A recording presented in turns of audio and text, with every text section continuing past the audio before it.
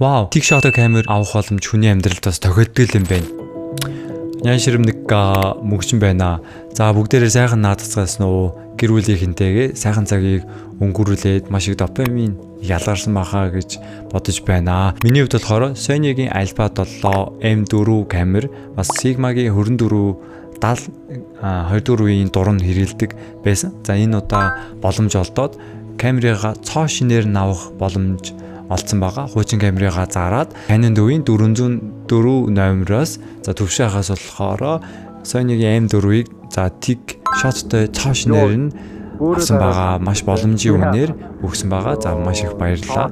За тэгээ 2070 бас G-Master-ийн дурн авсан байгаа. За тийм учраас зүгээр ширээнийхээ урд тавихад 20 мм маань үнэхээр wide харагдуулж байна. За тэгээ ямар ч тач камера шинжилээд бүр тгээс нь эхлээд тик шотоос нь эхлээд камера аваад цаашнээр нь хэрэгжилж байгаа. За тэр сэтгэл үнэхээр based маш гоё байна. За цаашдаа энэ камерыг маань за 5 6 жил ч юм уу ямар ч тач удаан хугацаанд хэрэгжилсэн ч шотон дээр ямар нэгэн асуудал санаа зовх юмгүйгээр болсондоо бас баяртай байна. За тэгээ 2070-ыг за ямар ч тач энэ жилийн турш хэрэгжилж байгаад за дараа жилийн турш 24 G-Master-ийн 24 70 2 дугаар үеийнхийг авахар төлөвлөж байна. Окей, өнөөдрийн хичээлдээ шууд орцгоё. Өнөөдөр болохоор би аудиогоо хэрхэн хураадаг вэ?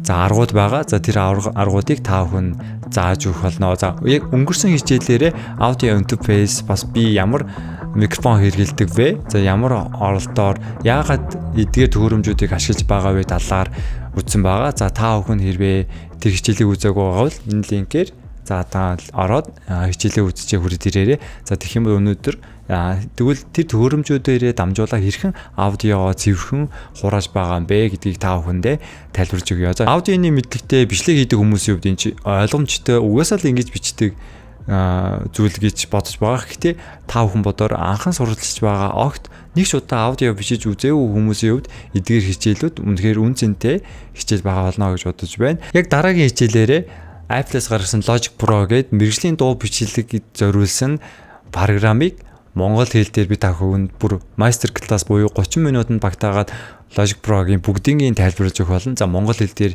ийм хичээл байхгүй байгаа нь харамсалтай. Тэгвэл би хийхэд л болно шүү дээ, тий. За ямар ч тач дараагийн хичээлээрээ заах болно. За тэгвэл өнөөдөр миний хувьд аудио микрофон олсосны дараа хэрхэн ямар програмаар рекорд хийх боломжтой вэ гэдгийг та бүхэнд харуулъя. За тэгвэл шууд хичээлдээ орцгоё. Кажа. За тэгвэл шууд хичээлдээ оръё. За өнгөрсөн хичээлдээр конденсатор микрофон, динамик микрофоныг ч юм уу за ямар ч тач XLR кабелаар холбоод аудио интерфейс руу холбосны дараа USB-гээр компьютерт холбоход болно. За тэгээд USB микрофонуудыг болохоор мэдээж USB-гийн залгаад өөрсдийнхөө macOS ч юм уу macOS биш хамаагүй Windows ч хамаагүй ямар ч тач бүгдээрээ компьютертой холбоход болно. За тэгээд өнөөдөр болохоор macOS дээр ирэн голчлоод хэрхэн рекорд хийх вэ талаар зааж өгөх болно. За Windows дээр ч гэсэн ялгаагүй энэ зарчмаар рекорд хийх бүрэн боломжтой байгаа шүү. Харах юм бол ChatGPT-гээс нөгөө асуусан л да бас яг ямар одоо арга байна гэсэн чинь ямар нэг юм 3 4 нэм арга харуулж байсан. За гэхдээ за эдгээр аргуудаас ч гэсэн байгаа. За гэхдээ миний хувьд одоо хүртэл хамгийн хурааж ирсэн арга за бас амархан аргуудыг та бүхэнд зааж өгье. За ер нь хүмүүс сүүлийн үед AI илүү ухаантай болоод хүмүүс нь өөрсдөө ухаан муутай болоод байна гэж яриад байгаа тий. Нэг өөрөө бодохгүйгээр AI нь илүү их бодоод байгаа гэсэн үг. За ер нь бол ном уншдаг шалтгаан нь илүү тархин ажиллах гэж уншдаг шүү дээ. За ер нь тийхээ болоод байгаа шүү. За тэгээ юм болгоныг бас ChatGPT-гээс хайхаар иймэрхүү бичлэгүүд байгаа болохоор зүршүүд бичлэг үзчүүд илүү бас амар байх гэж бодож байна. За хамгийн ихэнд амар арга нь болохоор яг компьютерийн рекордероор бичихэд болно. За тэр нь яг үгээрээ macOS дээр болохоор бүгдээрээ application руугаа ордог. За тэгтээ command space-ийг дарж байгаад Q гэхэд болно. Q time flavor гэж байгаа. За энэ болохоор macOS-ийн screen record хийж болно, аудиогийн record хийж болно, камертай холбоод record хийж болдог flavor байгаа. За орох юм бол за иймэрхүү түүл ингээ нэгдэнэ. За одоо ингэснийхаа дараа яах вэ гэхээр бүгдээрээ баруун дээд буланд нь файл хэсэг дотроос за Nave Movie Recording гэдэг нь болохоор камера холбоод өөрийнхөө дүрстэйгээ хамт аудиогоо хамт рекорд хийж болно.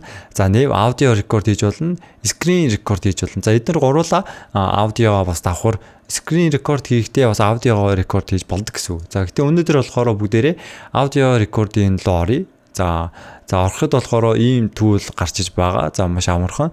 За энэчнээс болохоор бүгдээрээ энэ цэгэн дээрээ дараад за энэ аудио маань одоо микрофоноо холбосон байгаа шүү дээ. Түүний дараа за би MacBook-ийн микрофоноор холбох юм уу? Эсвэл утсаар шууд одоо экосистемээр утсаараа рекорд хийх юм уу? Эсвэл одоо миний интерфейс маань болох аудио интерфейс маань Scarlett 2 i2 USB байгаа. За энэгээр холбох юм уу гэдгийг сонгоод за түүний дараа quality-г нь болохоор high maximum нар сонгоод болоо. Энэ бол high-таар хийхэд зүгээр. За maximum нэлээд багтаамж өндөртэй болчдөг. За би одоо утасныхаа рекордоор утсаараа дамжуулаад та бүхэнд рекорд хийж үзүүлээ л да. Маш амархан байгаа. За энэ утсыг сонгочихъя.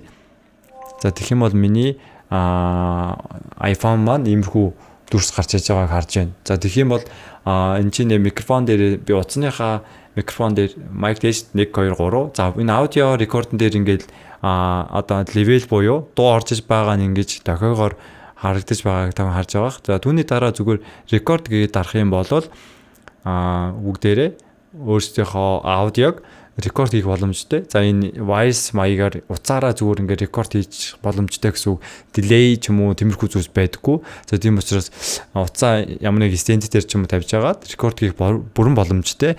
Мэдээж микрофоноо сонгочих юм бол шууд микрофоны дуу ороод ирчин. За би одоо өөр програм дээр рекорд хийж байгаа учраас солилцох юм бол алдаа гарах учраас шууд утсаараа рекорд хийж үзүүлж байна. За ингээл болоо. Тэгээд stop гээд дарна. За түүний дараа за аудиогоо ингээд сонсч болно гэсэн үг. Бүгдээрээ өөрсдийнхөө delay ч юм уу боломжтой.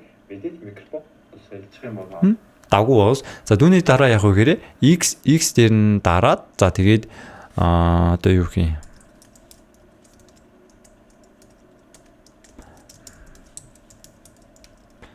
ингэж гэдэг юм уу. За тэгээд яг хаана энэгээ хуулмаар байгаагаа сонгоод за save гэх юм бол за бидний саяны рекорд хийсэн маань ингээ M4A гэсэн өргөдөлтөөр Apple-ийн рекордерын өргөдөл байгаа. За энэгээр ингээ хураагдчих байгаа гэсэн үг. За маш амархан боос. За Windows дээр ч гэсэн муу ялгаагүй voice recorder гээд цонх дарж агаад search хийх юм бол voice recorder-оор рекорд хийж болдог байгаа. Тэгээл рекорд дараад мөн ялгаагүй ингээ хадгалахад болдог маш амархан арга. За Windows дээр рекорд хийхдээ нэг зүйл анхаараарай. Тэр нь нөгөө Windows notebook ч юм уу тэр компьютер маань өөрөө noise cancellation буюу бидний орчдын одоо ямар нэг дуу чимээг автоматар устгадаг тийм автоматар тэр насдаг тийм тохиргоо байгаа. За тэрийг нь болохоор багасгадаг ч юм уу эсвэл унтрааж агаад рекорд хийвэл зүгээр тэр нь одоо үндсэн ийм одоо оригинал аудийг шууд noise-ийг нь буюу бидний бас ярих хэвээр өнгөнүүдийн хэсгүүдийг шууд тастаад авчдаг байгаа. За миний хувьд болохоор тэрийг заавал унтрааж байгаа рекорд хийдэг байгаа шүү. За хоёрт нь болохоор OBS ашиглана. За одоо яг үндсэндээ миний хувьд болохоор энэ OBS гэдэг програмыг програмаар дамжуулаад screen record хийнгээ бас давхар аудиогоо рекорд хийж байна.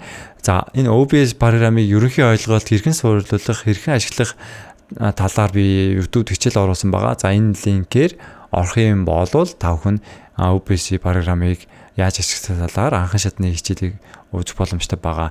За OBS програмаа нээсний дараа энэ аудио input capture гэсэн хэсгээр орж байгаад за энэ чинээсээ мөн ялгаагүй утасны микрофон юм уу эсвэл эсвэл аудио интерфейс юм уу эсвэл юу гэдэг MacBook-ийнхаа микрофон юм уу гэдгийг сонгож өгөх юм бол энэ чинээ аудио маань ингээд хураагдаж байгаа нь харагдана. За түүний дараа start record ингээд дарсных юм бол за энэ дүрстэй маань аудио маань дагавар хураагдчихна.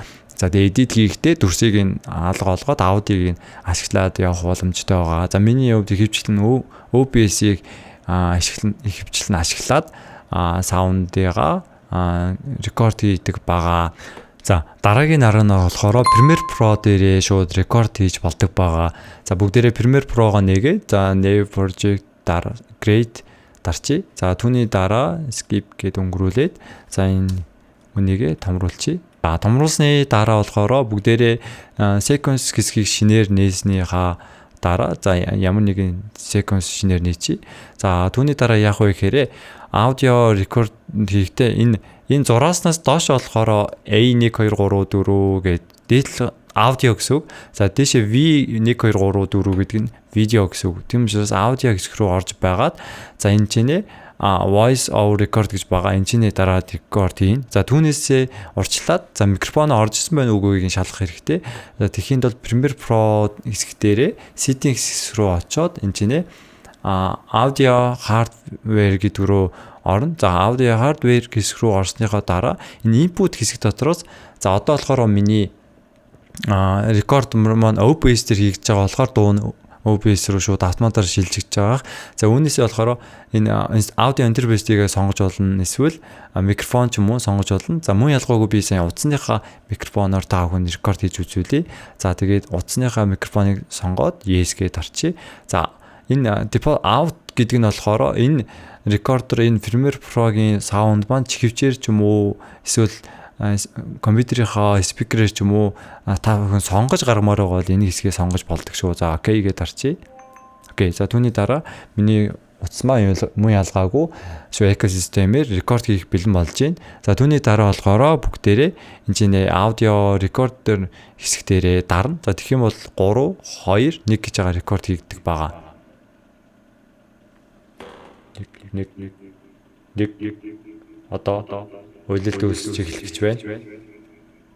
За бүгдээрээ компьютерийн дууг хаач. За одоо миний сонсогч байгаа дуу болохоор iPhone 14 Pro-гоор рекорд хийж байгаа дуу байгаа.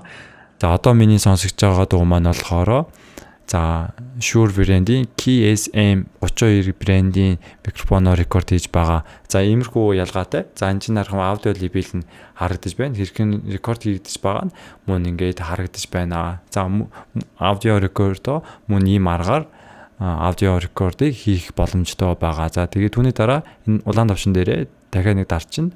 За тэгэх юм бол за аудиог нээчи. За тэгэх юм бол бидний дөнгөж саяны рекорд хийсэн маань уцаар рекорд хийсэн маань ингээд харагдаж байна. Ийм л амархан. Ингэж рекорд хийх боломжтой байгаа. За дараагийн арга нь болохоор жоохон hard төвшний гэж хэлж болно.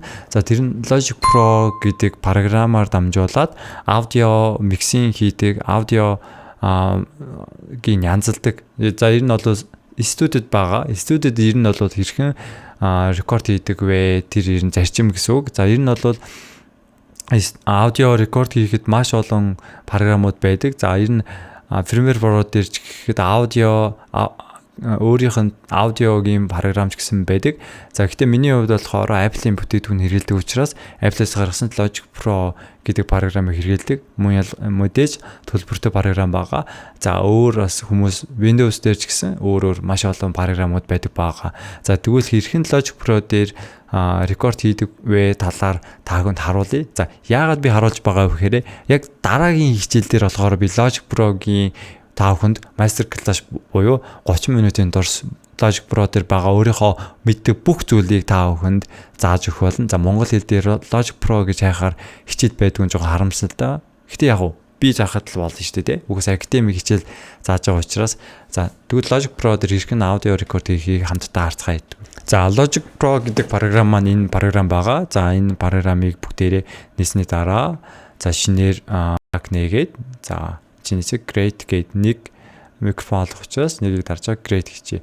За тэгэх юм бол шууд энэ чинь харах юм бол аудио track дотор маань шууд нэг миний аудио volume маань ороод ирсэн байгааг харж байна. За Logic Pro руу орж ирсэн дараа автоматар микрофон маань холбогдчихдаг. За холбогдохгүй байгаа бол бүгдээрээ Logic Pro гэдэг хэсэг рүү ороод мөн ялгаагүй settings хэсэг за аудио гэсэн хэсэг рүү орно. За тэгээ энэ settings хэсэг дотроос за одоо audio device input device дээр Scarlett буюу миний одоо энэ OBS дээр рекорд хийж байгаа энэ аудио маань давхар яг энэ аудио маань давхар рекорд хийгдэж байгаа гэсэн үг. За бүгдээрээ энэ input-ийг нь болохоор утсыг сонгочихъя заяа. За утсыг сонгоод за сонгочих юм бол утас маань мөн ялгаагүй экосистем нь ажиллаад шууд рекорд хийх боломжтой болж байгааг та бүхэн харж байна. За одоо бүгдээрээ хэрхэн рекорд хийх вэ гэхээр за хэмжээний Logic Pro дээр харагдаж байгаа энэ дээд хэсэг рекорд хийх хэсэг байгаа. Энийг дарах юм бол рекорд хийх боломжтой байгаа. Зарах юм бол миний утасны саунд маань ашиглаад рекорд хийж байгаа. За энэ болохоор мэдээж микрофон Shure брендийн микрофоныг ашиглаад рекорд хийж байна. За 1 2 3 mic testing 1 2 3 за одоо болохоор утасныхоо рекордороо та бүхэнд сонсогдож байна. За тэгээ рекорд хийж дуусныхаа дараа space-ийг дарах юм бол зогсдог байгаа. За ингээл рекорд хийдэг баа. Амархан байгаас өнөөдрийн бичлэгийг дуусныцад маш их баярлалаа. За өнөөдөр USB микрофонч бай, аудио интерфейсээр дамжуулаач бай. Аудиогоо хэрхэн рекорд хийх вэ?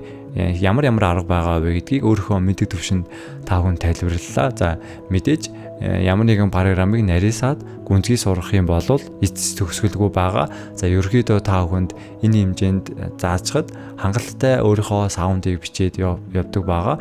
За тэгээд ямар нэгэн алдаа гарах юм бол тэр алдаанууд дээрээ суралцаад явхад боломжтой. За миний хувьд зөндөө аудион дээр алдаа гаргаад бичлэгээ дахиж хийжсэн удаа байсан. За тийм болон алдаа байсан учраас миний хувьд одоо энэ хэмжээнд аудиогоо сайн бичиж явж байгаа.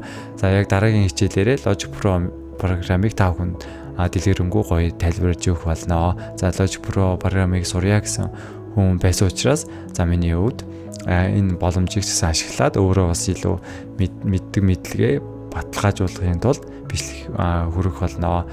За тэгвэл бүгдээрээ энэ 100 маань одоо удахгүй дуусах гэж байна. За та бүхэн ямар зүйлийг сурсан? За хэрхэн цагчийн үр бүтээлтэй өнгөрүүлснийг өөрийнхөө нэг дүгнээд үзээрэй.